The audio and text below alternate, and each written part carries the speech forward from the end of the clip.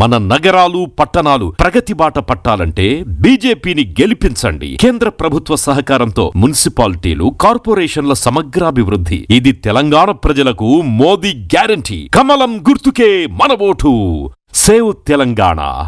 Vote for BJP.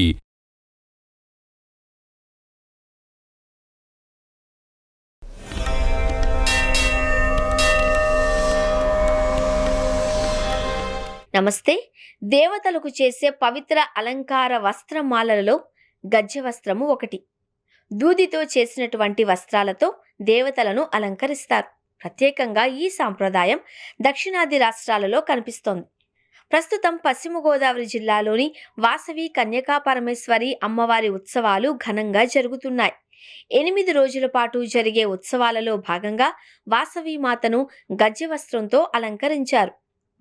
దక్షిణ భారత ఆలయ సాంప్రదాయాలలో కర్ణాటకలోని తెలుగు ప్రాంతాలలో ఇలాంటి అలంకరణకు ఆధ్యాత్మిక ప్రాముఖ్యత ఉంది. గజ్జె వస్త్రము అంటే గజ్జెల్లా కనిపించే అంచులతో ఘంట, దంత ఆకృతిలో ఉంటాయి. దూదిని ఆంధ్ర ప్రాంతంలో పూజల సమయంలో ఒత్తిగా చేసి అమ్మవారి ముందు దీపంలా వెలిగిస్తారు. అదేవిధంగా పూజా సమయంలో వస్త్రము సమర్పయామి అన్నప్పుడు వస్త్రాలకు బదులుగా దూదితో చేసిన మాలను దేవుడు ముందు ఉంచుతారు.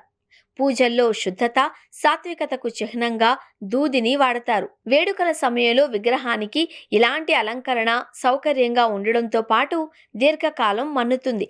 దూదిని శంకువుల, గుండ్రని ఆకృతిలో చుట్టి పూసలను దండలోకి ఎక్కించినట్లు మాలలు తయారు చేస్తారు. దూది పూసకు మధ్యలో కుంకుమ రాయడంతో ఈ వస్త్రమాలలు పారిజాత పూలమాలగా అందంగా కనిపిస్తూ ఉంటాయి. ఇలాంటి పత్తి అలంకార వస్త్రమాల దేవతలకు చేసే రక్షణాత్మక, మంగళకరమైనవని వాసవి పెనుగొండ ప్రధాన అర్చకులు మణికంఠ శర్మ చెబుతున్నారు. ఆధ్యాత్మిక భావనలో గజ్జె ఆకృతి శబ్దం తత్వం కలిగి మంగళ సూచకమని, దృష్టి దోష నివారణతో కూడిన రక్షణ భావన ఈ అలంకరణ ద్వారా కలగడంతో పాటు శక్తి ప్రవాహ భావన కలుగుతుంది అని ఆయన వివరించారు. ప్రస్తుతం 8 రోజుల ఉత్సవాలలో భాగంగా చేసిన గజ్జె వస్త్ర అలంకరణ భక్తులను విశేషంగా ఆకట్టుకుంటుంది.